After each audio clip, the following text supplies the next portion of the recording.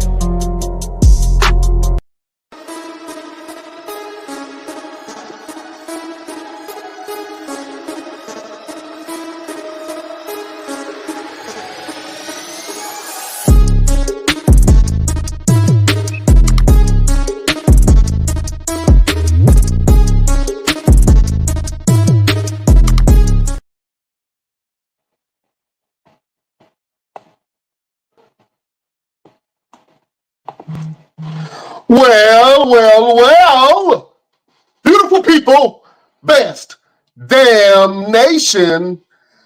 It's a beautiful day in Zamunda. Welcome to the Best Damn Wrestling Podcast. I am your humble host, Brian Renegade, and with me, I have the best damn crew. First of all, I have one of the most dangerous men in America. If you see him on a dark alley, run. He will beat you up in front of your girlfriend, steal your car.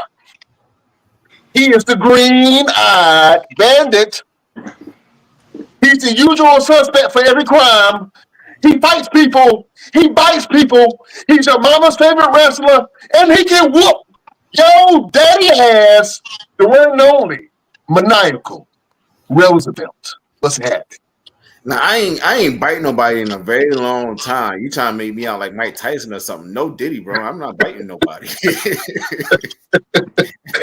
What up, B? What's going on, B? What's going on, man? How you feeling? Oh, man, I feel blessed and highly favored, my friend. Thank you for asking. Look, we got more than a special guest in here today. Some would consider this man to be royalty. I'm going to go ahead and let you do the due diligence and introduce the king. Absolutely. Now, ladies and gentlemen, this is election season, right? This is election season, and we are being cheated.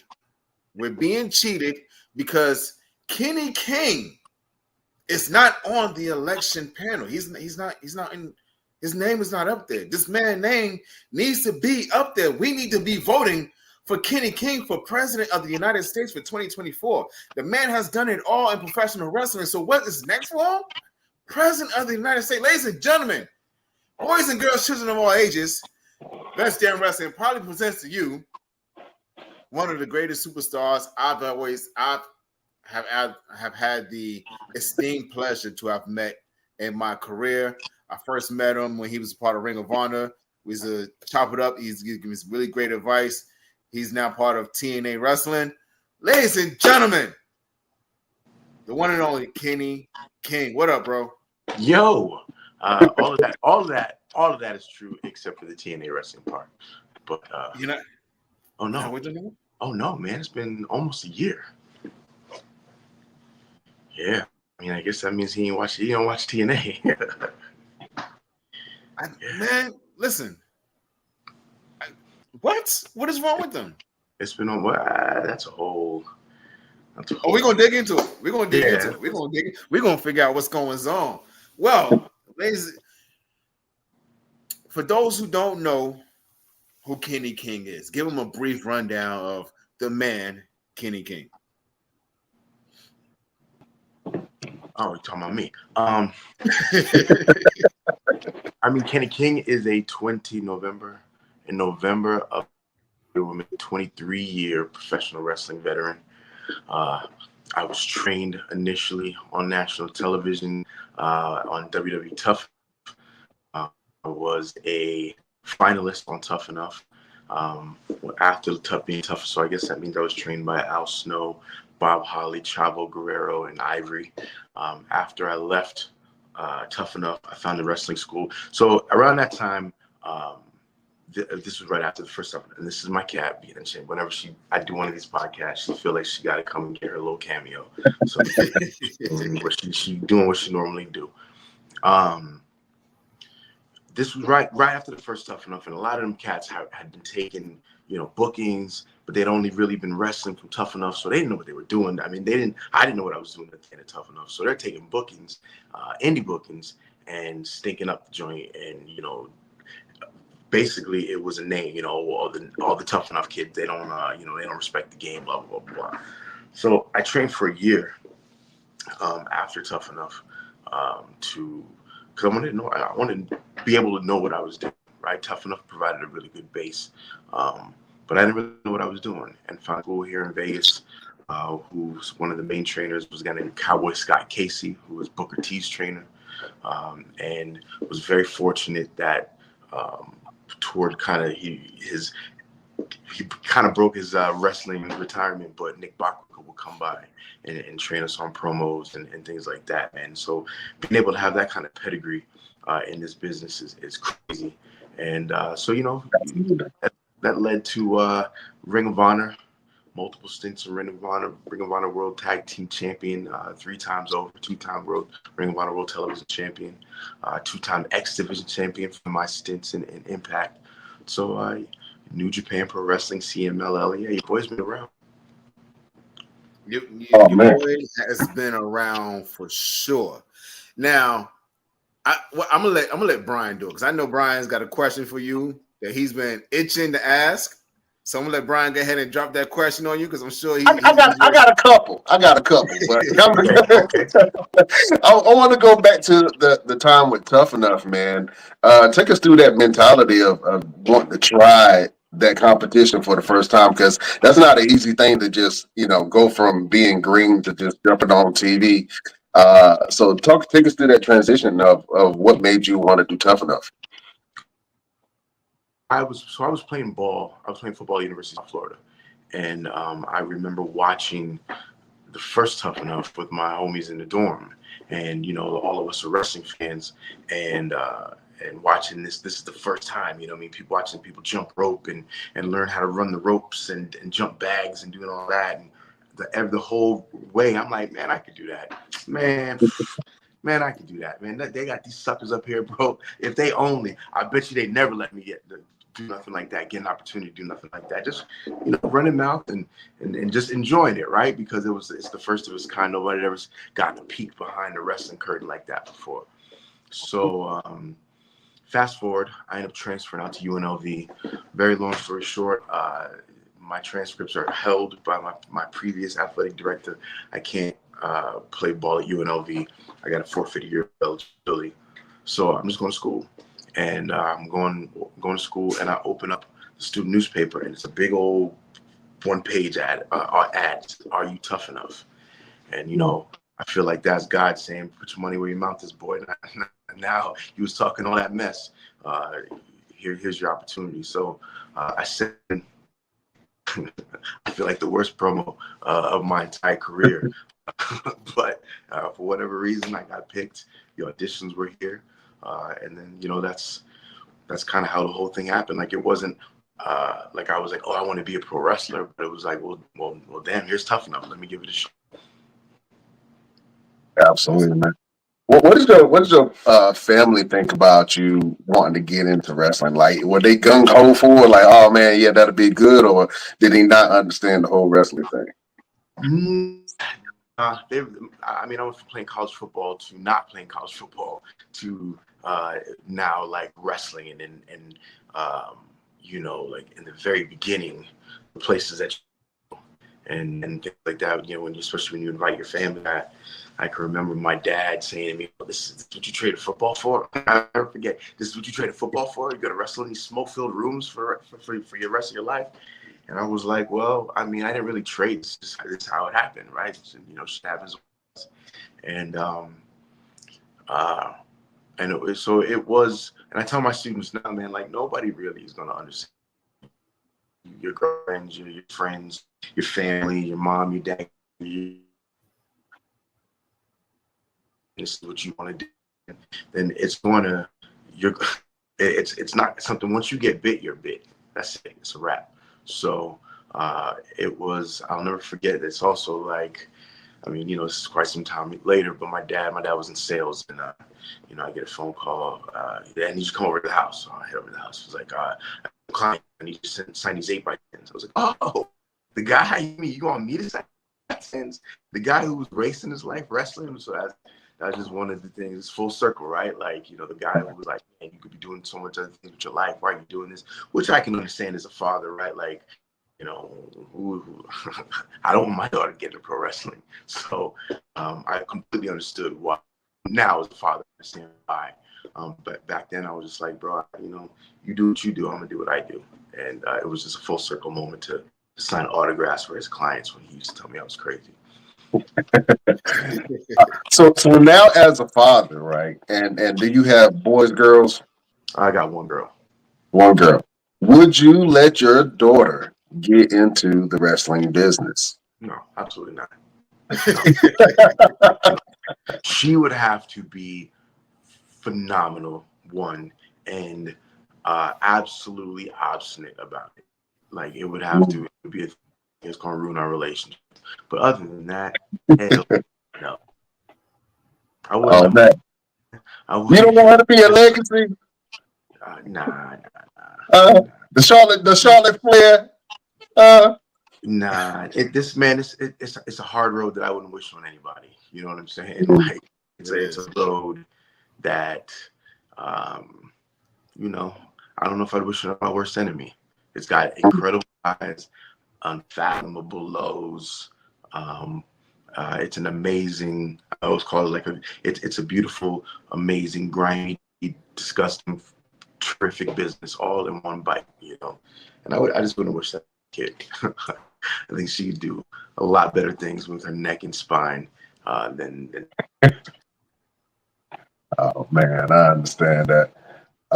Man, so talk about making that transition, right, from Tough Enough in WWE to having to find other work, right? How long was it before you got with TNA?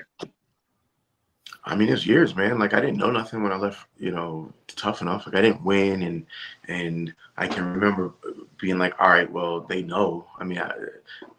The things. Tough Enough. There was a place called WWF New York. I don't know if you remember that venue they used to have up in Manhattan, but we did it live there. And obviously, I didn't win. And I remember going straight to the bar. Like, man, I'm about to get wrecked up in here. I'm 20 years old. I'm trying to. That's how I'm processing.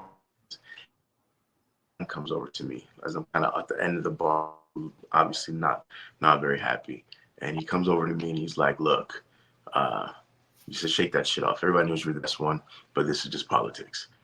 And I was like, "All right, well, that's a little bit of consolation." So at that point, I was like, "Nah, man, I know I got a job," and I remember. They came to, I think Raw was in Vegas, and I was like, "Oh man, let me get a dark match. I gotta get." This is when you were getting, they had dark matches. But Al, who's my trainer, Al Snow was like, "You're not ready, man. You're not ready." And I remember being so mad, like, "What you mean?" And I wasn't. I wasn't ready. And he's he to this day he's my wrestling dad, and you only get one chance to make a first impression, right? So that was not the one that I'm sure that he wanted me to make, or myself. If we're going back and think about it, I wouldn't want to make that impression so early on in my career when I wasn't ready. So, man, I hit the indies, baby. Like I said, I trained for a year before I took any indie bookings. I wrestled in a warehouse every Friday back behind the Rio Casino, where 50 people, 54 people, if you were lucky, was a sellout.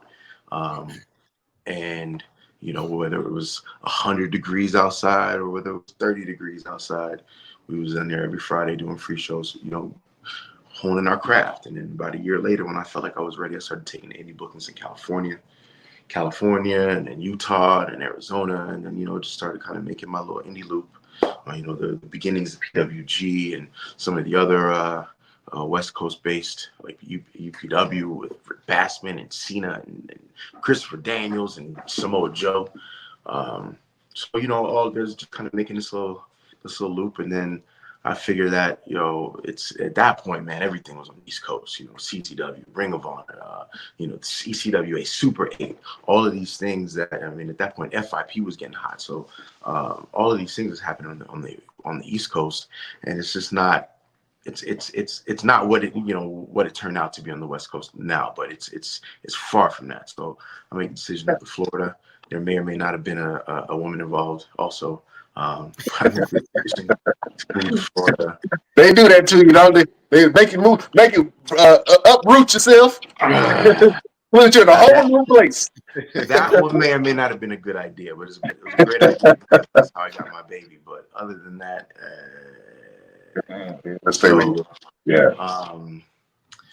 So yeah, that's how I end up, working the indies in Florida. That's how I ended up meeting Sal and FIP and Gabe, Ring of Honor. But how I got to TNA the very first time I was at TNA was a girl that I was on Tough Enough with, a girl named Jess Ward, who's now actually married to Tommaso Ciampa. Jess Ward was one of my roommates on Tough Enough. And I remember going to Universal. I can't remember who had said, "Hey man, just come to Universal and just shake some hands and blah blah blah." I can't remember. Maybe it was an extra gig or whatever. But I'm backstage during the early TNA. This is before they were even on Spike. So this is like the Wednesday nights on Fox, Fox Sports days, right? Yeah. Maybe not Wednesdays, maybe Thursdays, but this is right before Spike TV, and I'm just kind of backstage, and Jess is walking by with a clipboard. I'm like, "What is this girl doing here?" And so we kind of reconnect, and she hooks me up with Raven, I think it was. She's like, "Oh, this is like, let's see if we can use him in something." And my very first televised appearance in wrestling other than Tough Enough was Raven smashing me in the head with a trash can.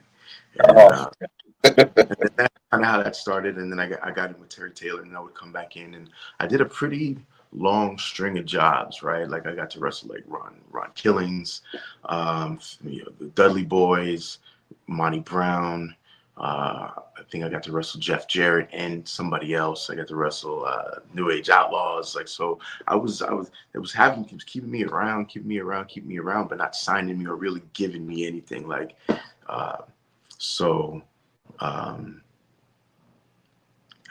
this is a funny story, and I always tell him this when I see him. So Scott D'Amore is like Jeff Jarrett's number 2 at this point, and so I'd been coming around for a while at this point, like I'm saying. So I see Scott coming out, And I'm like, hey, Scott, listen, man, I really appreciate the opportunity that you've given me, all the spots, all the shots, but I really feel like if you give me an opportunity to do a little bit more, I can be very valuable. Just let me show you what I can do. And he says, man, Kenny, I can tell you that we had a conversation about you not too long ago, and it just seems like we're just not quite sure what to do with you because we don't think that you're quite big enough to be the heavyweight division, but you're way too big to be in the X division. And as if on cue, here comes Joe walking out with the X Division belt. Well, looks at me, Joe at all of like 290 pounds, right? Looking at me, looking at Scott. What's up, guys? So I'm looking at Joe, and I look at Scott, and Scott looks at Joe, and he knows I'm burning a hole in the side of his face, and he's just like, he looks at me, he's like, all right, well, good talk, man. So that's kind of when I was like, all right. And not too long after that, did I get an opportunity at Ring of Honor, and then that's where I signed my first deal was Ring of Honor. Absolutely, man. Real quick. I don't know if you remember this picture right here. I'm gonna show it really quick. I feel like that is Shenanigans. WrestleMania. Yes. So that was down in Dallas. We went to the Kevin Nash party that he didn't show up to. Yeah. But from the moment I met you, and I mentioned this early on, when we was at Ring of Honor, you was always that guy that always wanted to help everybody that was trying to get a spot because, like you just said, you knew what it was like trying to do everything you could for someone to notice you. And I remember we walked to the store. You and I went to the store, and we came back and we were sitting outside the 2300 Arena. It was a Ring of Honor show, and we was chopping it up. And he was like, "Yo, man, I want you to do everything you can to get here." And you said to me, and it resonated to me for a very long time. He was like, "I want you to come and take my spot." He said, "Because if you come and take my spot, that makes me work harder. If you can come take it, come get it. But I'm not gonna make it easy for you. I'm gonna make it hard for you. But if you can come get it, come get it." And that always resonated with me. Like, yo, this dude is as real as can be. Because anybody else was like, "Yeah, man, take me to the store and then walk off and be done." You know, but you actually took the time out for a bunch of us. It won't just me. Just sit down and just like, "Yo, this is what you need to do, man. And I feel like you need to do this or go this way or go that way or this like that." So I want to say thank you very much, bro, from the bottom of my heart from Jump Street. And yeah, this was 2 years ago down in Dallas. We was hitting there out, and it was fun, man. It was fun. I was bent, but I wasn't that lit. I remember I was getting there, but that's the point of remembering. Oh, man. So so with that being said, man, and you mentioned earlier that Al Snow was one of your wrestling dads. I know that you've had some influence on some people. So do you have any wrestling children or people who consider you to be a wrestling dad to them? Yeah, man, I guess at this point, which is, I mean, that blows my mind, man. It really does. Like, I was teaching class on Wednesday, and not Wednesday, Tuesday, and one of my students was like, it's a newer kid, and he was like, "Yeah, man," because I hadn't seen him. He'd been on like 2 or 3 days. So we have a rotating coaches. So I was like, "Well, what day is this for you?" He's like, "It's my 3rd day." I was like, "All right, well, cool. Welcome in. You know, we'll do what you can do." I was like, "I'm Kenny," and he says, "Man, I know who you are, man. I've been watching you since I was 8." And so that used to trip me out, right? Like people used to say, "Oh man, I've been watching you," because I'm like, "Man, what you mean?" But when I think about it, when I look at this kid, he's probably 22, 23 years old. Yeah. That tracks. He probably was watching me when you were 8, which now it's like, well, I guess that's just a testament, man, to how long I've been doing this and how far reaching what I have done has been, right? So I feel like my Obi-Wan Kenobi, I call him my Padawan, is a guy who's got just unlimited amounts of potential. I'm so proud of this kid. Like, he's such a damn star, and as long as he continues on the path he's going, he's just gonna be the man. And he's none other than the ultimate finesser, your boy Chris Bay. Chris Bay, I started with Chris Bay pretty early on. I taught him how to throw his first drop kick, There's a Chris Bay story where he tells too, which I dig, where he asked me during class one day. He's like, "All right, man. So this is when Bullet Club was killing it." He's like, "Man, how do I get some Bullet Club merch?" And I looked at him and I said, "Bullet Club merch." He's like, "Boy, you better worry about how to get some Chris." He was going on to Chris Strong, and then I was like, "You better worry about how to get some Chris Strong merch. Don't worry about getting somebody to buy Bullet Club merch. Find 10 people to buy some Chris Strong merch." And 3 or 4 years ago, the whole thing comes full circle where Chris Bay has Bullet Club merch. You know what I'm saying? And so that's just one of the dope things that I feel like wrestling's been able to give back to me, right? To see this kid who just wanted some Bullet Club merch get his name on Bullet Club merch. That's just incredible. Chris Bay, she's another very talented lady. Her name is Maserati. She's been around a lot of places. It's a bunch of my guys, man. His name, a guy named Shogun. There's another group of guys who I really have taken under my wing in the last year. Guys named Lights Camera Faction, Ice Williams, Joe Braxton, and Fresco Matic and Watson. Man, those 4 dudes. Those are guys that I really got my hands on, and those are guys that are going to really make some noise. You know, I had my hands on Kevin Cross. I had my hands on Zoe Stark. You know, there's a lot of people that pass through FSW that I've had my hands on. But you know, those are the ones that I feel like got to answer to me if they mess up. You know. Let it be known, King. Let it be known. Trust me, they know. They know. Yeah, let it be known. Well, I have to admit, because I've been watching you since I was 8 years old. I didn't even know it until I figured it out.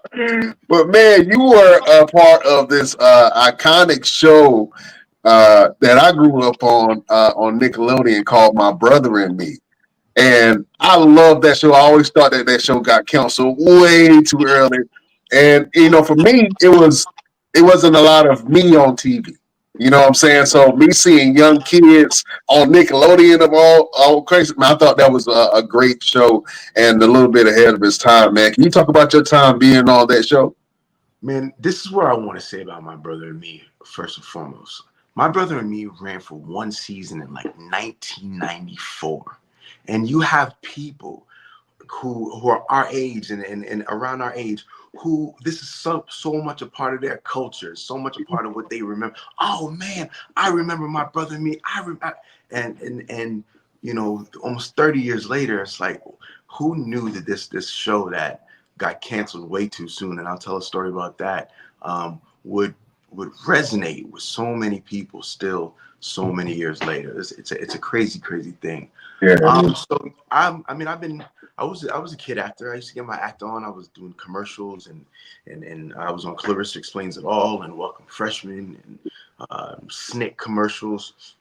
You're Afraid of the Dark. So I was probably on a lot of different things if you watched Nickelodeon in the 90s, you probably saw. Like I was on the Temple, or the pilot edition of Legends of the Hidden Temple. Mm-hmm.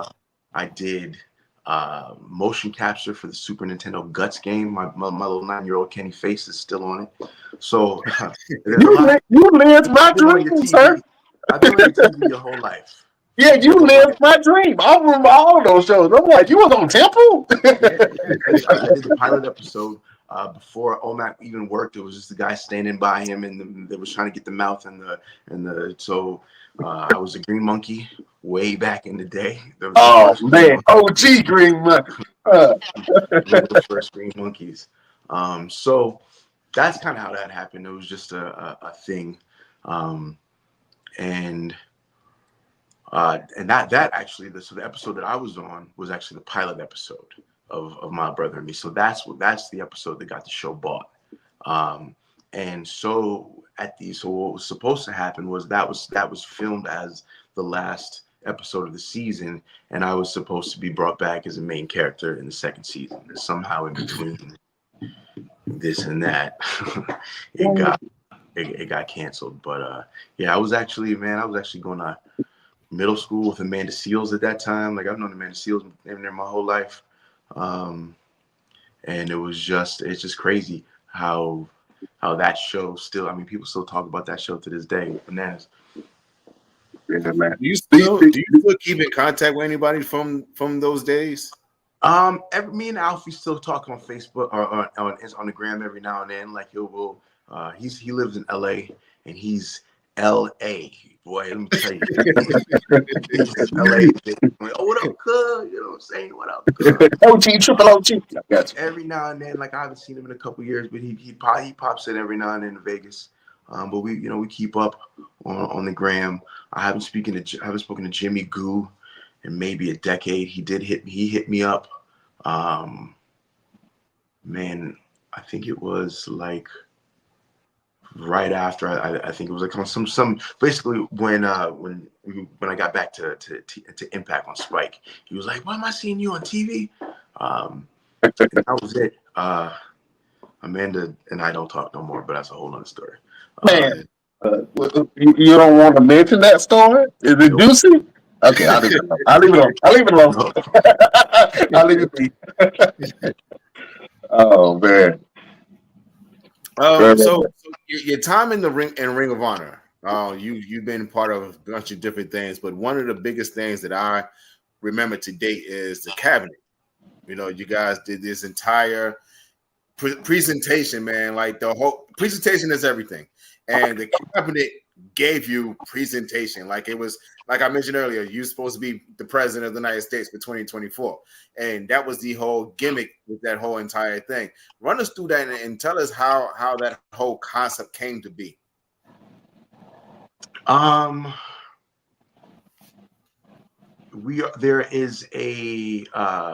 There's basically come on from down high that we're going to put a 6-man tag division together, and Rhett and I. So I had just come back to Ring of Honor, and Rhett and I had reunited, and it was going really well, but it was just kind of, I mean, we were just, it was us, the Briscoes, War Machine, the Young Bucks, Frankie and Chris, Shane and Keith Lee. So we're in a dead heat as far as like a tag team race, right? And at that point, they were literally only tossing the titles back and forth between the Bucks and the and the Guns were there too. So like there was only I mean, we're having crazy ass tag matches between all of these teams, but they're only really keeping the Bucks and the Guns, or the Bucks and the Briscoes on top, which, shout out to Jay Briscoe forever. So they're like, all right, we're gonna do a 6-man 6-man division so that we can maybe kind of tighten up some of that log jam. So I'm not even sure how Caprice got involved, but I was like, you know what, that's a good look. I like that. And I think I want to give the credit to Rhett Titus, because I don't think that Make Wrestling Great came from me, based off of the climate at the time, right? So I don't think that was something that I was rocking with, but I believe he had sold us like, man, but this was the kicker, right? It was a thing that we had to start, crescendo, and finish by the elections. Because if it was not done by the elections, it had overstayed its welcome, and it would be whack and blah. So that was like, all right, well, let's do it, right? Like it's very like, current events. Kurt Angle actually bit our style, because we was the first ones with Make Wrestling Great Again. But Kurt Angle can bite your style, I guess. And so that was the whole thing. It was like, all right, if we're gonna do this, we want to make it as obnoxious and as much of a spectacle as we can, because we needed to get people, because the whole idea was for it to turn into something a little bit more violent, a little bit more like a little more gritty. So it worked for a while. People kind of hated it, which is fine. That was the idea. But the problem was they didn't have a definitive, like, we were like, yo, and I think there was a pay-per-view. It might have been like, what do we do later in the year? Like Survival of the Fittest, or one of the pay-per-views that we do later on in the year, Ring of Honor. We're like, all right, let's blow this off for Survival of the Fittest, and they didn't have any plans. So it went for like a month, maybe even 2 months, maybe even into the new year. as the cabinet. And at that point, like, there was no steam behind it. Like, it's just like we were all like, man, what the hell? So it was a fun thing to do because it was like, oh man, we would take a knee. We would take a knee at the code of honor, right? Like, they would come shake our hands, and then we take a knee. We protest the code of honor. Man. Oh, they was mad. Oh, they was. Y'all hit him with the Kaepernick. So we were doing stuff like that, right? Like whatever was current and pressing the buttons of people. Oh, we was with it. So that was the fun part about it. If you were able to form a team or a faction right now, who's on your roster? Give me like two guys and a lady. Can I give you 2 guys, a lady, and a manager? Absolutely. That's even better. Give me, and I don't want to pull her away from what she's doing because she's doing good, but give me Trisha Dora, and just bring me back to, just reunite me with my boys. Give me P, Bobby, and Shelton, and it's over with. Did you say P, Bobby, and Sheldon? Yeah. Okay. That almost sounds like hurt business-ish.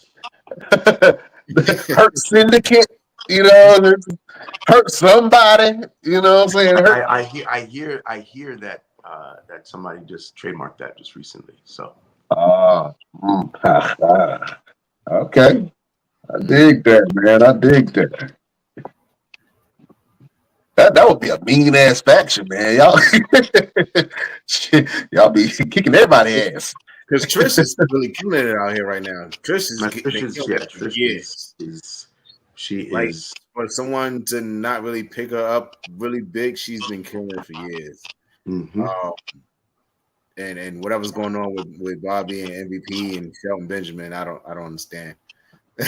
I mean, it's there's no reason why, if you tell me that the Hurt Business carried a global organization during the pandemic, that they shouldn't have had a Bloodline style run. Bloodline's been on 6 years now, 5-6 years.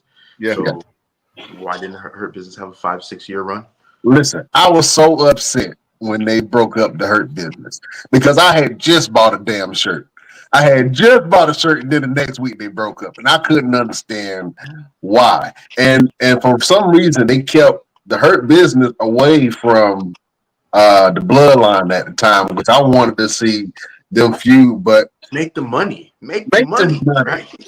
But that's the first time that I've seen men of color, right, at the top of the industry, at the top of the card, in two dominant factions, doing it like that, man. So hats off to all those people. But I wanted to see more from Bobby and especially P, man. I thought he was going to stay around for a while with Almost and try to do some things. But I think that he has an unsung story too, and he is a Miami legend in itself. You know what I'm saying? Absolutely. Can you talk about the wrestling scene down in Florida, man? Florida got a pretty decent wrestling scene. I know you're in Vegas right now too. I'm on the West Coast myself. I'm in Phoenix, so I know they have they have a wrestling scene that's starting to burgeon here, and they got WrestleMania in Vegas next year. But can you talk about the Florida scene in wrestling? Because you have wrestling cities, right? And I know that North Carolina is one, and Florida is one as well. So can you talk about the wrestling scene in Florida? I mean, I can't speak to it too much right now, right? But when I'm in it, much like everywhere else, you got your levels of shows, and you got C-level shows, B-level shows, and A-level shows, and then you have guys trying to bust their hump to get to the next level of shows to get seen. Orlando was always, Orlando, Tampa area was there was FIP used to run in a place called Crystal River, where I used to say, man, there's more. It was more seats than teeth in the building. they would get in there and they'd pack that house in Crystal River. They'd pack the house in Brooksville, which is another place outside of St. Pete. Go down like around the Miami area. There was a guy who was a Haitian guy named the Falcon, as a matter of fact, who was running shows at the Davie PAL, which is right outside of Miami. Feel it was like there were like Haitian community shows and big shows where literally all these kids would come out. So it was, it was just like everywhere else, right? I feel like every state has got these almost the exact same scene where you've got a guy, one promoter who feels like because he runs bigger shows, he can tell other people where to wrestle and where he can't wrestle. You've got guys that are just running, bootleg shows with bootleg rings and bootleg people just to get people in the door. And then, you've got people that are beefing over dates and talent and all that other kind of stuff. And then you got about, out of all of that, you have about 5 or 10 guys who are in it to win it. And those are the guys that you'll be seeing on Mondays and Wednesdays and Sundays, Absolutely. Real quick, so you've worked for Sinclair Group, you worked for Scott D'Amore, and you worked for WWE. If they all were to call you right now, who are you putting your stake in with the confidence that they will be able to take care of you the way you need? I mean, if they all called me right now, I feel like I haven't had an opportunity to showcase what I can do on the biggest stage. I feel like I have built enough of a foundation. I feel like I've built enough of a reputation where whether I can deliver in the ring isn't even a question. So I feel like being able to do that amongst, what they consider the best and being in the machine. So WWE would be my choice at this point because I just, I feel like that is where I guess those 3 letters kind of validate your existence in professional wrestling. So that would be for that so that I could apply where I am right now, which I think is probably about as good as I've ever been to at this stage in my career to go there and be this good and show everybody that I've been this good all along would be pretty dope. Scott has a company. He's just starting to get off the ground in Canada.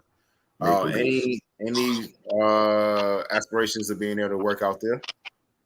Like with every company, man, I just want to see how it goes, right? I'm happy it's another place where the boys can get a job, will get a payday. I'm happy that there's another place, that will professional wrestling because Scott D'Amore don't play around. Scott D'Amore knows pro wrestling. Scott D'Amore knows how to deliver good wrestling to fans. He understands matchups. He understands the wrestling game. So it won't be rinky dink. It'll be something that fans will definitely enjoy. And as it gets successful, and there's only one show I think planned for right now, and how many promotions have run one show exactly.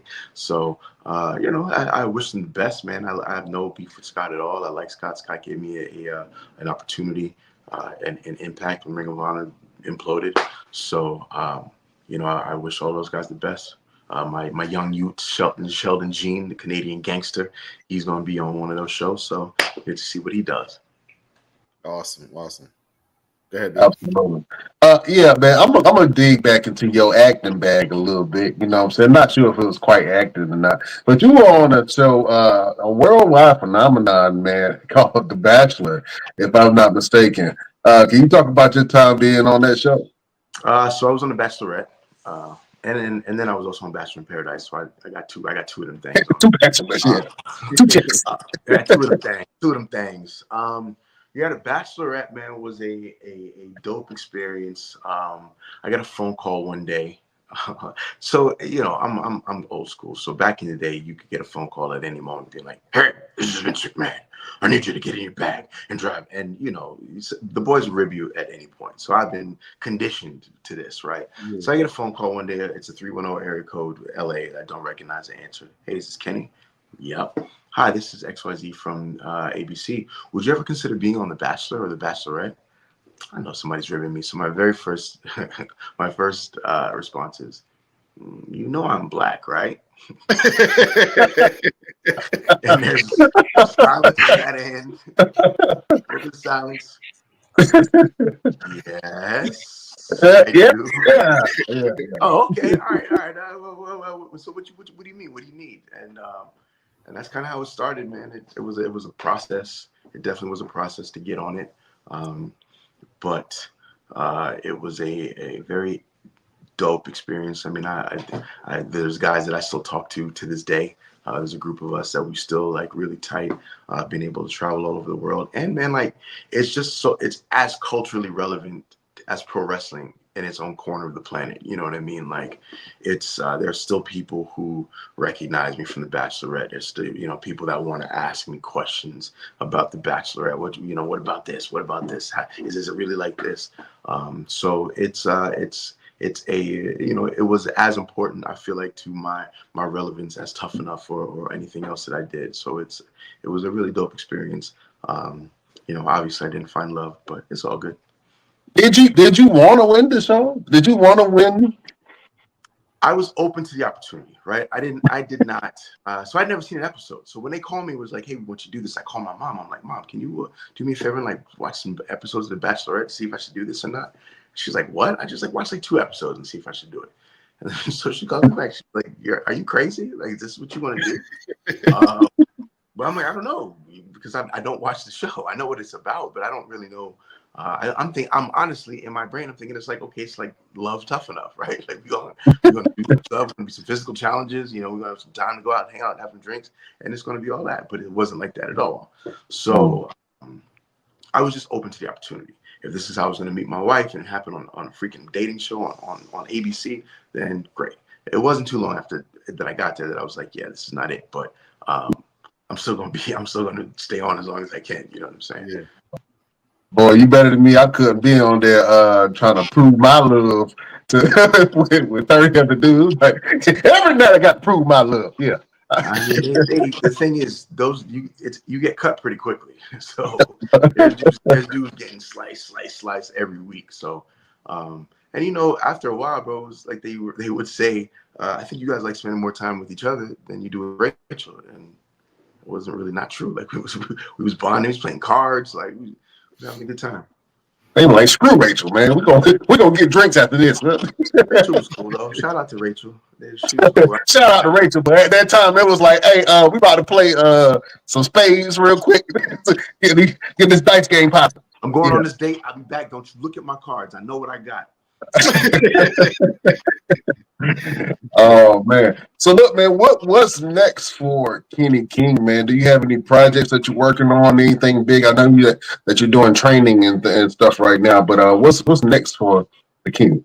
I mean, I'm training. I train with FSW, Future Stars of Wrestling. I think we are the premier school on the West Coast. No shade to anybody else. Shout out to guys like Santino and what those guys got going on. But you know, shout out to the it's Arizona Championship Wrestling. I think they do. Yeah. And Gallo, they run a good school. But as far as like what FSW brings to the table, man, I feel like it's just we teach you how to be on TV. We teach you production. We teach you entrances, promos. I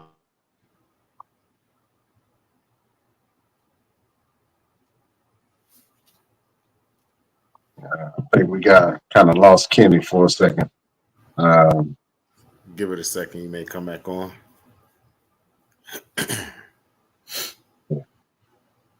It always pauses on an unflattering picture, don't it?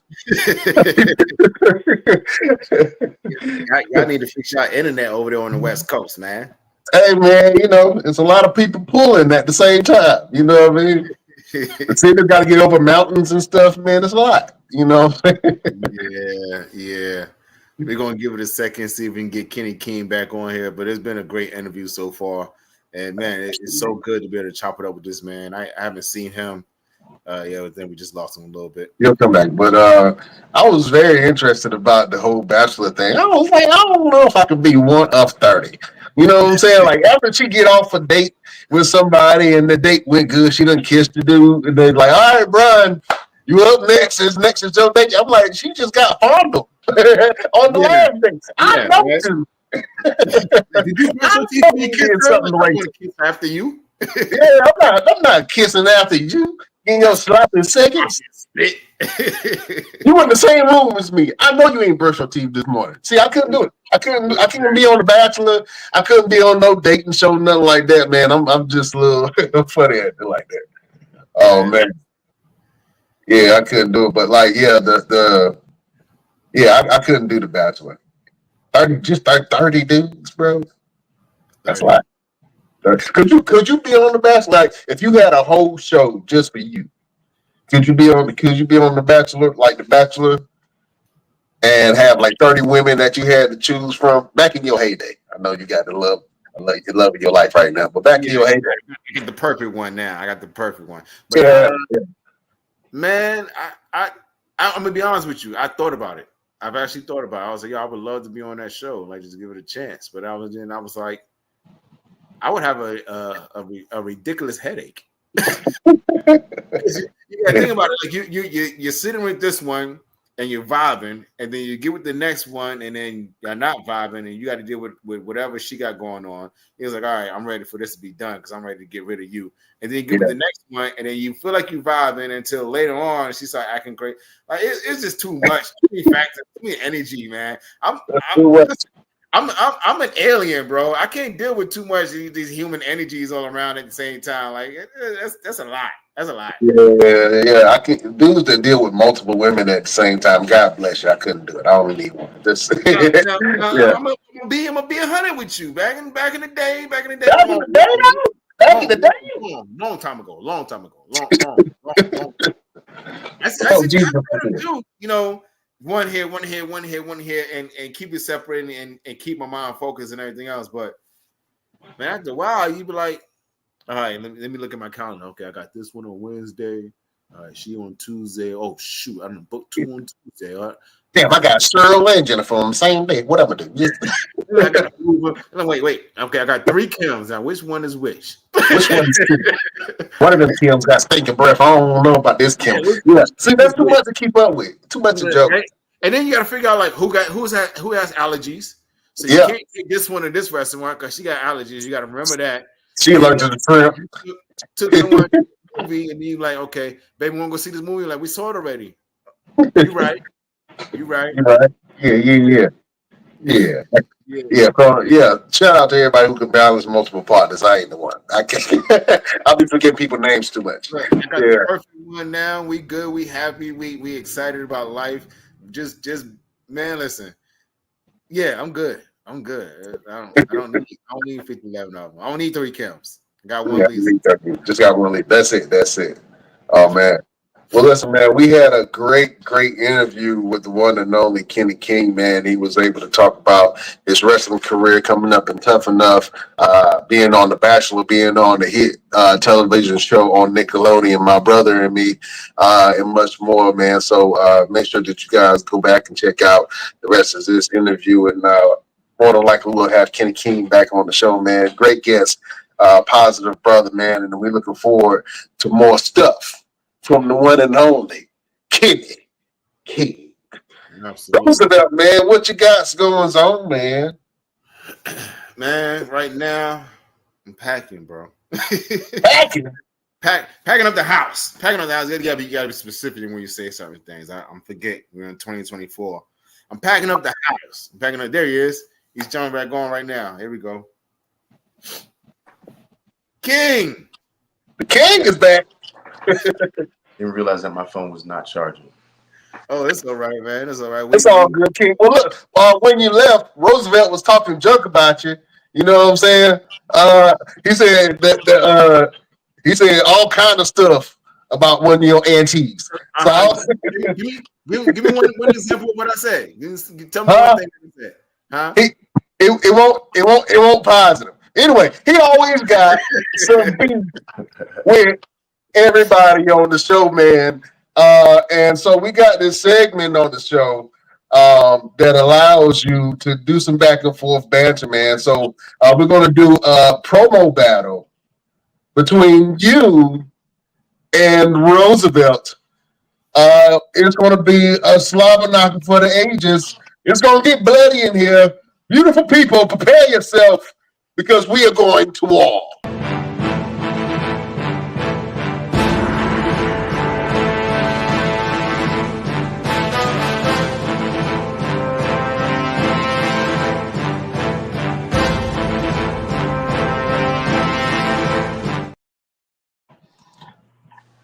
All right.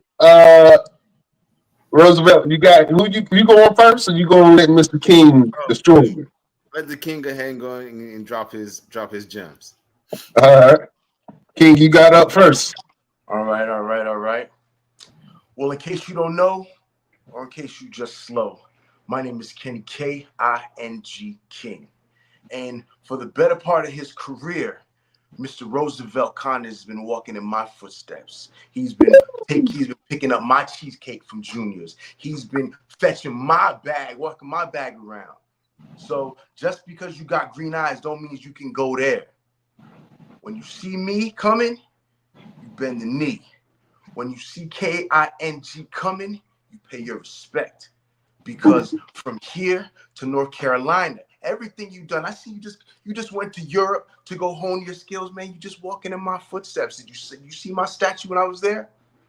So from here on, when you see me, all you do is bend the knee and salute your King. Woo! That's the good smoking. Pow! Pow! Put that away. Yeah, hit him with some body shots. That was some stiff body shots from the King. The King, man. Oh man, Roosevelt, what you got to say about that? Is this your king? Is this your king? Because for the longest that I've known you, you don't look like royalty to me.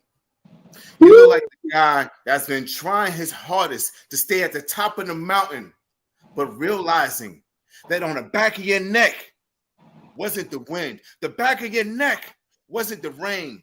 On the back of your neck was me, that fire-breathing, green-eyed dragon, letting you know your spot, your kingdom, your throne does not belong to you.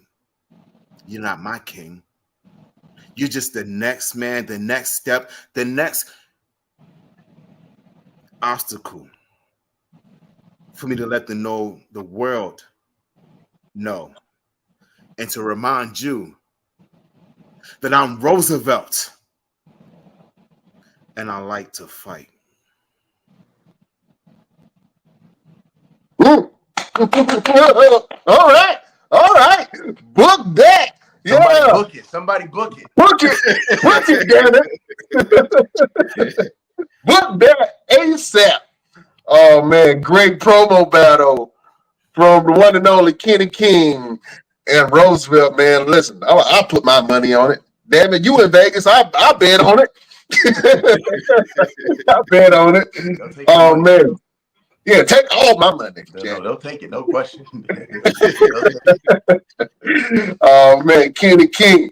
Let the beautiful people know what you got going on and where man, can they right find now, right now I'm doing what I want to do. Right, it's the first time in 14 years that I haven't been under contract. So I'm wrestling who I want to wrestle, where I want to wrestle, however I want to do it.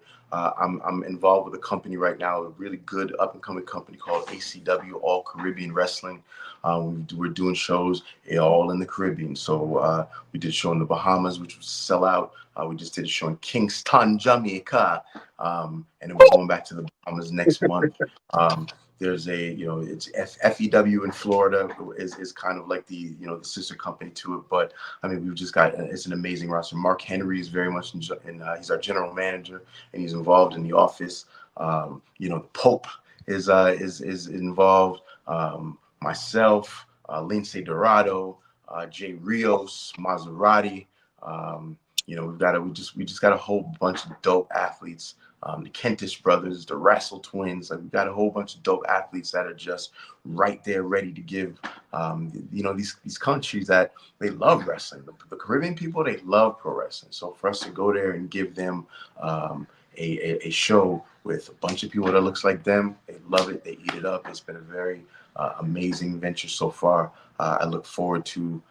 We were supposed to do Guyana, which is my place. Guyanese man, but we might get to Guyana next year. But I'm excited with what we got going on there, and that's kind of what's happening right now. ACW, All Caribbean Wrestling. Check it out. It's dope. Oh man, do y'all serve plates after the matches? Well, I'll That's go not a to a bad show right idea. now, boy. That's not a bad idea to have curry That's chicken, not a curry bad goat, and idea. jerk chicken Boy, plates. boy, you have a food truck in the Right? back, and some Uh-huh. curry, some goat, and some oxtails. Get some Boy, curry goat I'm with your trying to tell you. ticket. You know what I'm saying? You sit down with your plate, eat wrestling. Oh, What? we missing out on money. Take my money right now, damn it. I got $50 on it. Yeah. Oh Look, man. look, look, just have cookies and milk for me. I'll be backstage, get ready for my match. Just cookies and milk. I don't need all that. Just Man, you worry The about problem cookies and is, milk. I'm trying to get some meat pies. You up here talking about cookies and milk. the problem is I'm gonna be back there with the oxtail trying to call my match and put my match together with the oxtail. Like, okay, That's right. You can cheat, man. You can flick some curry goat in somebody's eye. Just yeah. yeah. Oh man. Well, listen, man. We like to do this thing at the end of each and every show where we give a little bit of motivation, a word of advice, a quote, something to get people through their week and through their day. We call this segment "Final Word." So, Kenny King, do you have a final word for your beautiful subjects? Yeah, man. It can look real sideways sometimes. It could look real dark. It could look all kinds of ways. But just remember that God will provide. It may not be the clearest of all paths. It may still have a whole bunch of sticks and stones on it, but He will provide a way through. And you just got to keep trucking, man. One of my best friends, like, you know, he's a football coach in Florida, and his number one thing to say is, man, just keep chopping wood. Just get up every day, sharpen your axe, and keep chopping wood. And so keep chopping wood, man. You never know. You just never know when what that next day can have for you. Absolutely. Keep on chopping wood. That is a great word from our king, Kenny King. Yeah, that's the only king I recognize, Roosevelt. Got something to say? Bust you in your mouth. Roosevelt, do you have a final word for the beautiful people? Yes, absolutely. My final word is sit down and shut up. Mm. Sit down and shut up. We get so wrapped up in wanting something so bad that we sit and we start saying, why not? Why isn't it here for me now? Why is it taking so long? Why do I have to go through these obstacles? Why do I have to go through all these tests? Why is this person getting all these great things and they're a horrible individual? Just sit down and shut up. Because you just never know what is being worked out for you.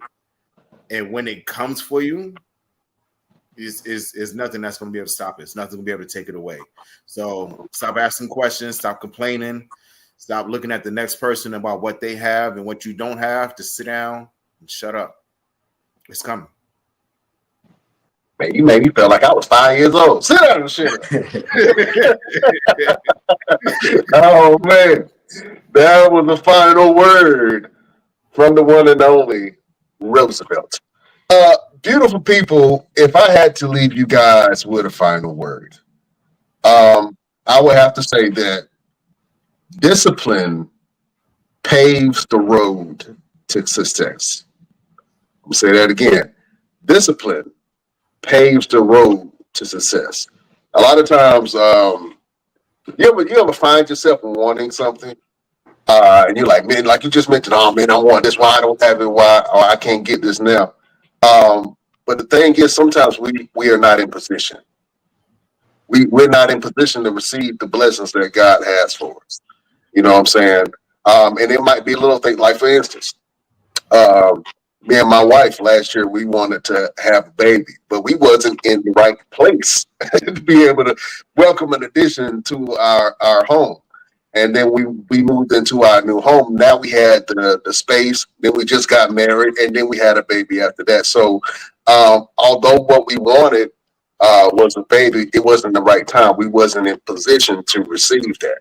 You know what I'm saying? So sometimes you have to put yourself in position to receive the blessings that God has for you, and stop worrying about other people and their blessings, because sometimes other people's blessings might be a curse to you. You know what I'm saying? You know what I mean? We all seen that girl that was fine as hell, Fine as hell back in the day. We never wondered why she didn't have a boyfriend. She crazy as hell. She could have drove you crazy. You know what I'm saying? But yeah, sometimes you have to put yourself in position to be able to receive your blessings. So discipline paves the road to success. Just be disciplined in things that you want. If you want to lose weight or stay in shape, you have to exert some discipline. If you want to be a good father or a good husband, you have to exert discipline in a lot of ways. You know what I'm saying? So just be disciplined, man. Stay down. You know what I'm saying? Stay strong. And keep on walking until you reach that success. That is the final word from your boy, Brian Renegade. I got high on that one. Good word. Oh, That's man. good. Kenny King, you were a great guest, my friend. Thank you so much for being on this platform, taking the time out, man. We really appreciate you sitting down and chopping it up with boys, man. You're welcome to join the show anytime, and we would love to have you back on here, man. You're one of the alumni of the show. We've done had some of your partners on the show. You know what I'm saying? Oh, Rick Titus been on here. We had No, both of them, Rex, he Caprice the and Rat. Jets. We had Caprice and Rat Titus up here. Okay, that's my dog. That's my dogs right there. Yeah. So you part of the alumni. So if we ever need to assemble the Avengers, you are part of the squad. You know what I'm saying? Just flash a crown in the sky. I'll be there. There you go, flash a crown in the sky, and the king will be there. Yes, sir. That's what I'm talking about.